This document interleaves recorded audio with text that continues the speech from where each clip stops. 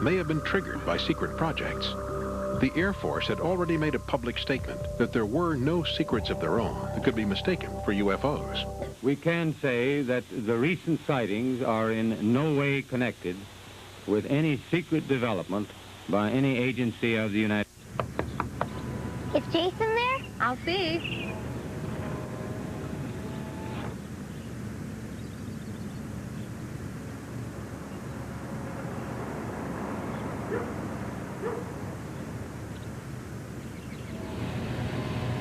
Still looking.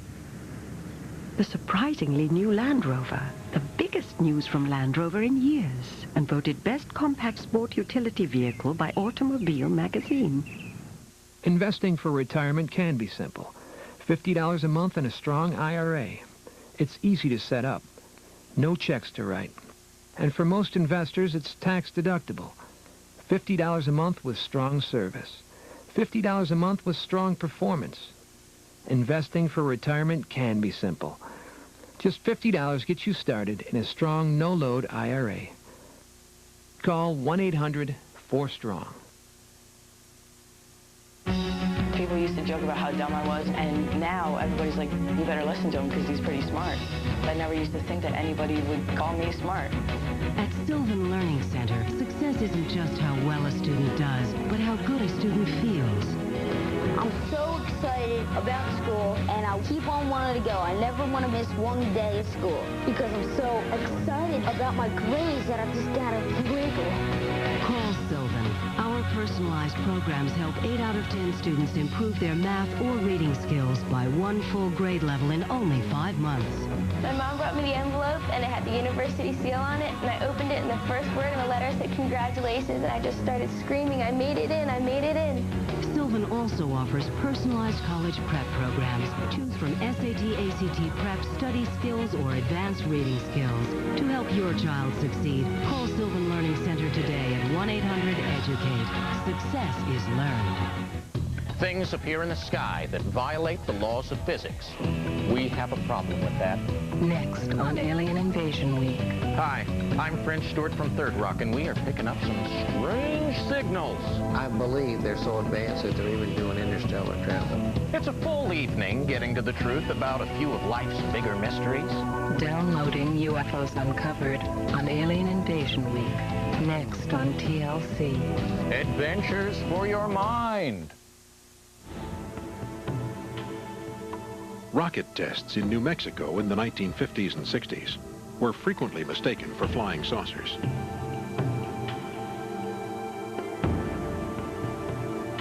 It's not inconceivable that at the height of the Cold War, the U.S. military found the UFO phenomenon to be an effective ready-made cover story for the many secret activities that they were involved in.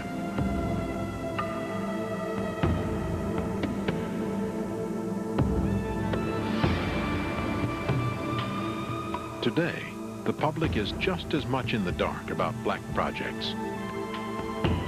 But there's no doubt that the technology is far more sophisticated and advanced than ever. Just how exotic the new propulsion systems and aircraft of tomorrow may be is not known for sure. But informed aviation experts believe that a new generation, codenamed Aurora, is being constructed, and prototypes are already flying. During the late 1980s, I think the United States government was spending several $billions on very highly classified, high-altitude, high-speed aircraft, publicly called Aurora, extremely secret program that to this day the U.S. government denies ever existed.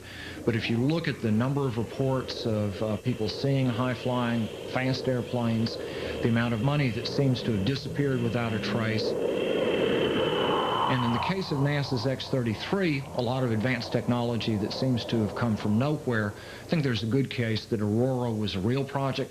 We spent a lot of money on it, and the government still denies it exists. It's thought that advanced technology from the Aurora project has been passed on to NASA's next generation of space shuttle. But a computer simulation is no proof that theory has become reality. Although there are reports of sightings of strange craft in this corner of the Nevada desert. Like the UFO phenomenon itself, the world of black projects is shrouded in mystery. One of its legendary bases, located here, is known variously as Groom Lake, Dreamland, and Area 51. For years, the American government denied any knowledge of the base. The first picture to confirm its existence came from a Russian spy satellite in 1990. Despite formidable security around a base that's not supposed to exist, more pictures and information are coming out. Area 51 is the primary classified test facility for aircraft by the United States Air Force and the U.S. intelligence community. Traditionally, that's the location where new reconnaissance aircraft, such as the U-2 and the SR-71, new stealth aircraft, such as the F-117 fighter, have been tested. It's also the primary facility where aircraft acquired clandestinely from Russia or other countries are stored and tested for evaluation. Reliable information on what goes on here is difficult to come by. Although some claim to have worked at Area 51, there is a suspicion that those who talk don't know, and those who know don't talk. But Edgar Fouché's credentials as an Air Force specialist do qualify him with the exact sort of background to have been assigned to Area 51. I was there to repair and do a couple of modifications. And I went up every day at 4:30 in the morning before sunlight, came back every night after dark, and did this for 10 days straight. There are rumors that the Aurora project is responsible for many UFO sightings in the vicinity of Area 51, including round, ball-shaped craft and strange hovering lights. There are those who believe that Aurora has produced a revolutionary breakthrough in advanced technology. Edgar Fouché thinks he knows what it is. To me, the most fascinating vehicle from the Aurora program has been the TR-3B. It's a triangular-shaped vehicle that uses a circular accelerator, as you imagine a circle within a triangle, that rotates a mercury-based plasma at 60,000 revolutions per minute, pressurized at 250,000 atmospheres, and supercooled to 150 degrees Kelvin. I absolutely believe that all the triangular-shaped vehicles that have been spotted belong to the U.S. government. The only thing that could outmaneuver a TR-3B would be the things we copied it from, which would be alien vehicles. Edgar Fouché can produce no proof that he has ever had any connection with Area 51. The idea that Area 51 is in possession of recovered alien technology and is reverse engineering it into exotic new propulsion systems and crafts is widely held by those who believe in UFOs.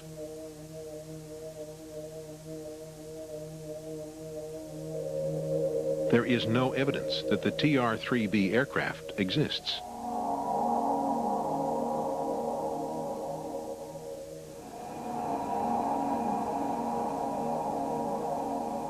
But unidentified triangular craft with a pulsating light in the center have been seen in various locations around the world.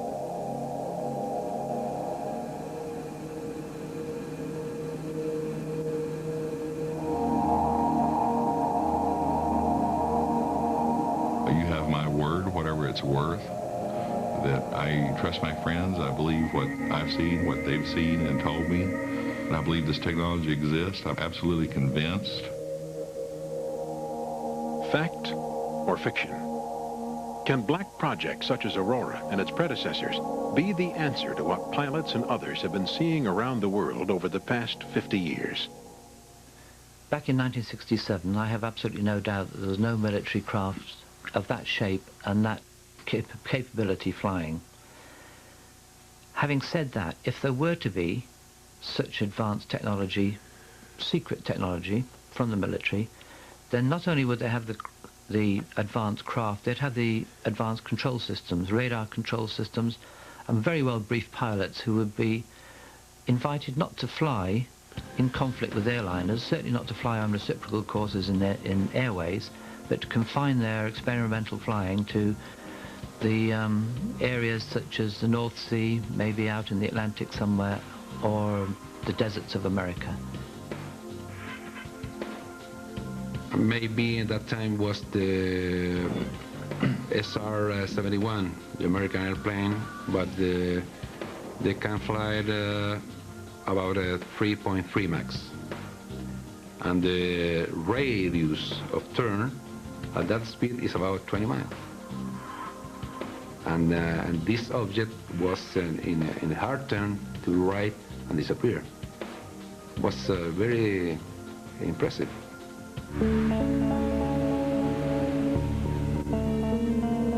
It is a fact that in 1947, the American government believed that the UFO phenomenon was real and might be an advanced secret weapon of Soviet origin.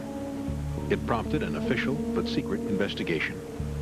General Twining, head of Air Materiel Command, declared that the phenomenon was real and that unidentified objects the size of aircraft were being observed. What began as a classified project became a public study by the Air Force, known as Project Blue Book. The Air Force interest in this problem has been due to our feeling of an obligation to identify and analyze to the best of our ability anything in the air that may have the possibility of threat or menace to the United States. We have received and analyzed between 1,000 and 2,000 reports that have come to us from all kinds of sources. Of this great mass of reports, we have been able adequately to explain the great bulk of them as hoaxes, as erroneously identified friendly aircraft, as meteorological or electronic phenomena, or as light aberrations. The Air Force's investigation into the UFO phenomenon officially ended in 1969. Today, the American Air Force claims it is no longer interested in flying saucers, but there is a widely held suspicion that they may not be telling the whole truth. Another superpower has studied the UFO question at an official level and with military assistance. Unlike the American Air Force, they have come to some startling conclusions.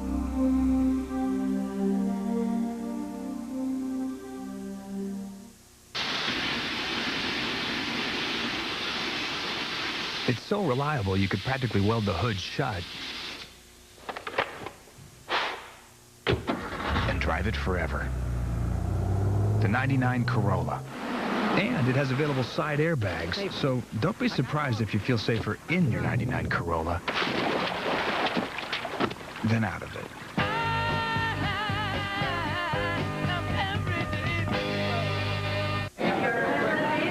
Did we rent with Hertz #1 Club Gold? Did we rent with Hertz #1 Club Gold? Did we rent with Hertz? Not exactly. Can't we skip the rental counter like at Hertz? Can't we skip the rental counter? No, not exactly. No. Isn't our car under a canopy like at Hertz? Isn't our car under a canopy? Isn't our car Not exactly. In rent-a-car, there's Hertz and there's not exactly. We can't repeat that too often.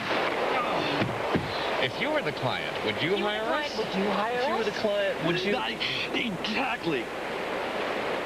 I notice you're sitting a little funny. Well, my wallet's pretty thick. I carry a lot of credit cards. Wow, why so many? Well, this one's for work, this one's for emergencies. It's got a really high limit. And all the others I was pre-approved for, so I figured, why not? Replace all those cards with the Bank One Platinum Visa. Transfer the balances of those higher rate cards to our low 3.9% introductory rate, and you'll really save. Wow. And after 6 months, it's an affordable 12.99% fixed annual percentage rate. That's great. Call now, and this versatile expandable portfolio, a $74 comparable value, is free with your first purchase or balance transfer. The Bank One Platinum Visa card's got a credit limit up to $100,000. I don't need that card. But with the low rate, I don't need any of these. You'll feel even better after you see your monthly statement. No annual fee, low rate, better posture. I'm calling Bank One. Call 1-800-775-2028 for a Bank One Platinum Visa card. 3.9% intro rate, no annual fee, and a free portfolio. 1-800-775-2028. Coming to TLC. Some people say that they've seen the devil. Strange Savior follows. Oh, calm down, you're freaking out. Although it is hard to explain. Preparing to transmit. ET encounter. Did UFOs abduct a woman from her New York apartment? Am I just going crazy? What is it? Personally, I'd just call a taxi. Scheduling the uninvited. I'm French Stewart, and I'm settling in for a little alien invasion week. Tomorrow, beginning at 9. You want to get the most out of every day, and the most out of your contact lenses. They need to work as long and as hard as you do. To get more mileage out of your lenses, you need the power and ease of OptiFree Super Cleanse Daily Protein Remover. Call for your free sample now. Just 1 drop of Super Cleanse in your lens case overnight removes daily protein buildup and keeps your lenses like new longer. Just 1 drop. It's that easy. Day after day, season to season, on all types of contacts. Super Cleanse will help you get more mileage out of your lenses. Call now for a free sample and see for yourself. Because people who use Super Cleanse keep their lenses longer than people who don't. Guaranteed. So you can get the most out of every day. Isn't that why you got contacts in the first place? Get more mileage out of your lenses with Super Cleanse, the one and only daily protein remover. Call now for your free sample. Try it, feel it, believe it.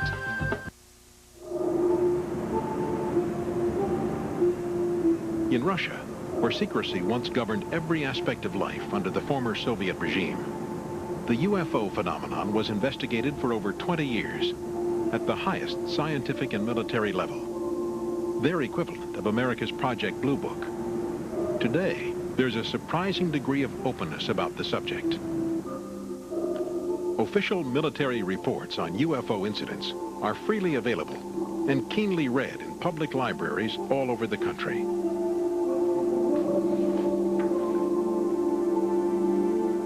This latest booklet, published in 1998, was compiled by military authorities. It records nearly 500 cases during a 12-month period, including one of the best recorded sightings in recent times. It happened over St. Petersburg in the winter of 1997, when a series of mysterious lights appeared in the sky over the city. Multiple witnesses, several different video recordings, and the involvement of air traffic controllers make this one of the most comprehensively documented UFO sightings ever. The St. Petersburg incident was officially investigated by Captain Pavel Serchenko, a Russian naval officer. The incident that we're interested in today took place on the 19th of February 1997 and was seen in a variety of different places in and around St. Petersburg. It began at 7 in the evening and went on until about 7:20. At 3 minutes past 7, they started to see the UFO at Poklova Airport. Air traffic controllers who were monitoring the runways saw it from the control tower where they were working that night. On the 19th of February in 1997, I was a witness at the time to an unidentified flying object. That evening, I was working in the control tower and the incident took place right in front of my eyes. I began to make some notes about what was happening, the weather conditions, the time of the sighting, and the sequence of events. As I was watching it, I started to make some sketches. Little bright dots were flying up towards this group of orange-red lights from the left. And about 4 minutes later, the light seems to go away, but within another couple of minutes, the lights had reappeared.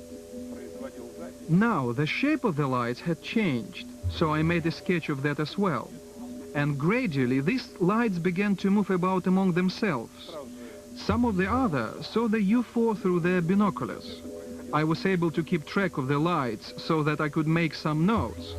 Although I was directing air traffic at the time, I kept in touch with the people working beside me. One of the aircraft was out on the runway, so I asked them if they could see a UFO, and they confirmed that they could. That night, there were at least 3 separate video recordings of the UFO, taken from different positions in St. Petersburg. Егор, отойди от окна, зайка, отойди.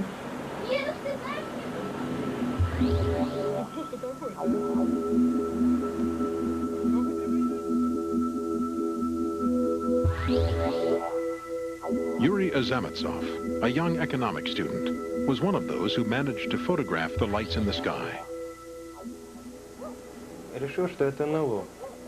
I went into the kitchen and saw orange-colored lights and thought it was a UFO. Why a UFO? Well, when I was a child, I was interested in UFOs and cut articles out of the newspapers. I remembered how I used to follow the subject, and it immediately occurred to me that this was an unidentified flying object. The Azametsov family had all witnessed the lights. Like everyone else in the city, they had no idea what they might be.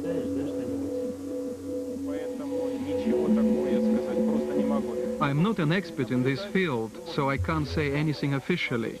I was just an eyewitness, well, maybe better qualified than the man in the street, because I compared visual information, notes and readings from the radar.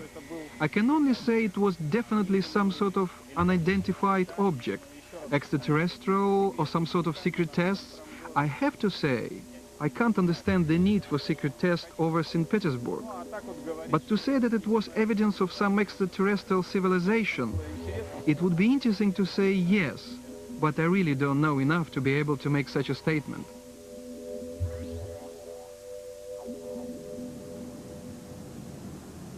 It was the mysterious and unexplained nature of UFO sightings that led the Soviet government to establish an official inquiry into the UFO phenomenon 20 years ago. It involved both the armed forces and the prestigious Moscow Academy of Sciences.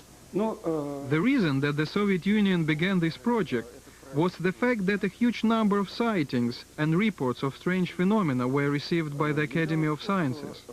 Most of the time, we were unable to offer any convincing explanation. No one knew what it was that people were seeing.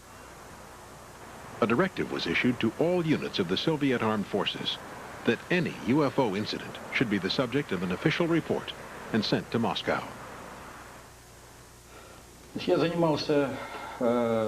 I worked from September 1977 to June 1989, and I used to get daily intelligence records in connection with any incidents that might have occurred. Throughout this period, I eventually discovered that the official number of reports amounted to some 7,700. One of these cases occurred in the town of Tver, outside Moscow, and close to a military base. The incident was caught on camera by two schoolboys. It was then reported to the military authorities, who launched an official investigation under Major Beloychek. On the 4th of November in 1991, at about 2 o'clock in the afternoon, a UFO appeared towards the right-hand side of the village. It first of all flew past the river Volga and then hovered around this sign. It made a turn and then banked several times until it changed direction and landed on the opposite side of the river. After that, it took off and flew away in the direction of the buildings.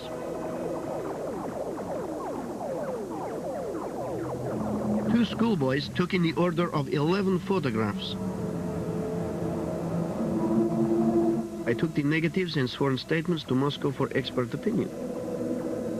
The result of all this was that the sighting ended up being confirmed as authentic.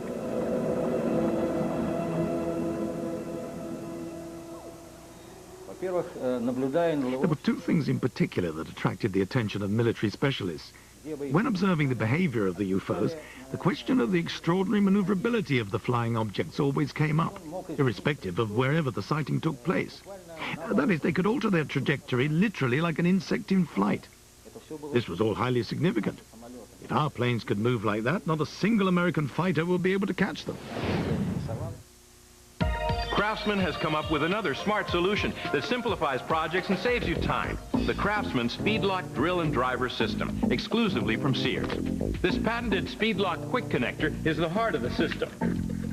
It fits any drill and works with keyed or keyless chucks. The Speedlock's simple click-in, click-out action makes changing bits so easy you can do it with one hand without re-chucking. With the collar snapped back, the bit is securely locked, and you're ready to drill with any of the 7 hex shank drill bits that are included with the system. The Craftsman Speedlock system also includes this magnetic screw guide. It makes driving screws easier, faster, and safer. And you'll really love the screw guide sleeve. It acts as a stabilizer and guide, so you don't have to use your fingers to hold screws while you drive them. And they go in straight every time.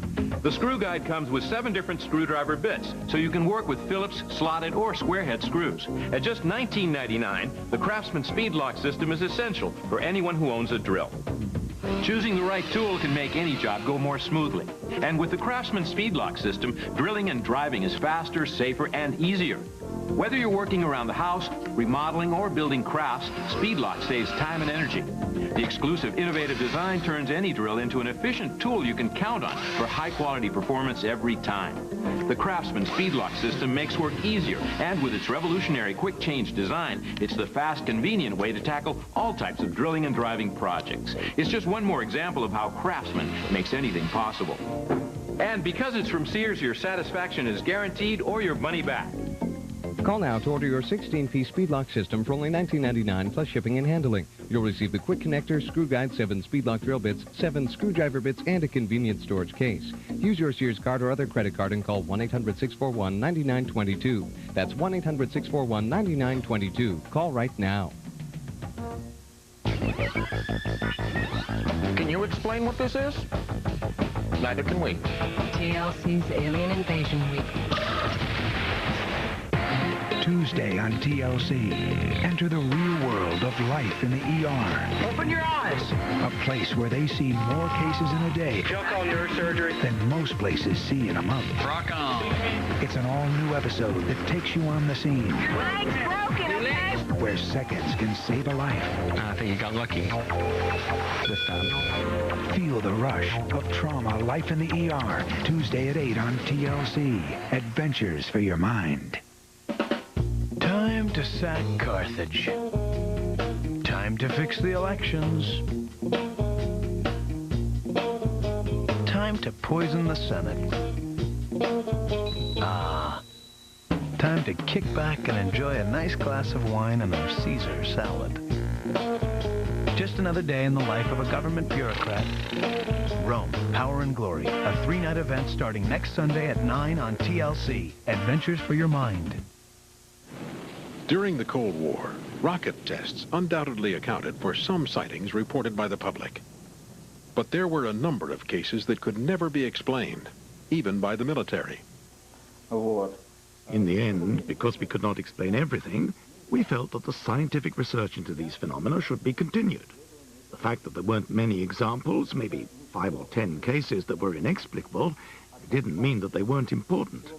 In fact, they were probably much more important than those thousands of sightings which did have a rational explanation.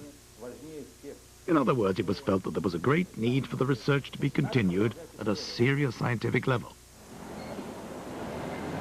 One scientist who assists the military in researching the UFO phenomenon is Yuri Semyakov, a professor of marine biology in Moscow.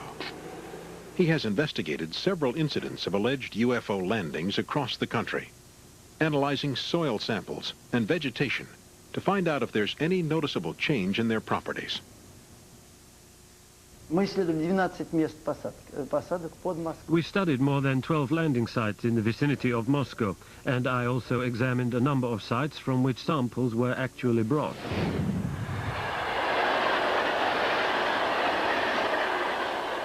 One incident which Semyakov studied in detail occurred in Podraskovo, near Moscow, in 1979. An extraordinary event took place here 10 years ago. We visited this site several times because of reports that a UFO landed. There was a train passing by, and 2 people saw this UFO, and they were astounded by what they saw. After that, we came here and studied the site. I personally supervised several biological experiments. I brought some insects here, ants, flies, and even worms, and studied how they reacted to the site. Something very interesting happened to the vegetation. It dried up. Now, of course, it has grown again and covered everything over. But at the time, the trees withered immediately and quickly turned yellow, and now all that is left are tree stumps. And further away over there, the trees are still dying. After more than 10 years of scientific study, what conclusions can be drawn to the UFO mystery? While scientists like Yuri Semyakov continue to collaborate with the military in the search for possible solutions to the UFO phenomenon, a surprising conclusion was reached by a separate investigation that the Russian armed forces carried out. One officer who was closely involved with this special investigation is General Vasily Alexeyev. Today, he's in charge of space communications. General Alexeyev was ordered to review all reports on UFO incidents that had occurred at secret military bases in the Volga steppe region. I can say one thing briefly and clearly. This investigation was carried out by our military forces with the assistance of the Academy of Sciences and the secret services. This took place at one of the secret bases in the Volga steppe, a location where the phenomenon itself was frequently seen. It was proved conclusively and also reported that in the end there could be no question of secret weapon tests. They were not yet that far advanced, which leaves the question as to what all this could be. Despite the fact that there was a great deal of apprehension about using this phrase, the officials who were responsible for this high-level commission felt obliged to report that in the end there probably was an alien civilization present. The commission came to this conclusion, even though it was realized at the time that such an idea was a difficult one to put forward. The fact is that this alleged report has never been released publicly. There's no proof that it exists, and there is always the possibility that the Russians, like the Americans, are exploiting the UFO phenomenon to cover up some of their most closely guarded military secrets. Are UFOs extraterrestrial in origin? Even if it were the final conclusion of the secret Volga investigation, is it an answer that a high-ranking general can seriously support? Well, I think I've confirmed several times that I do actually support the notion that these objects appear to be of an extraterrestrial origin. Are we alone, or are we receiving visitors from outer space?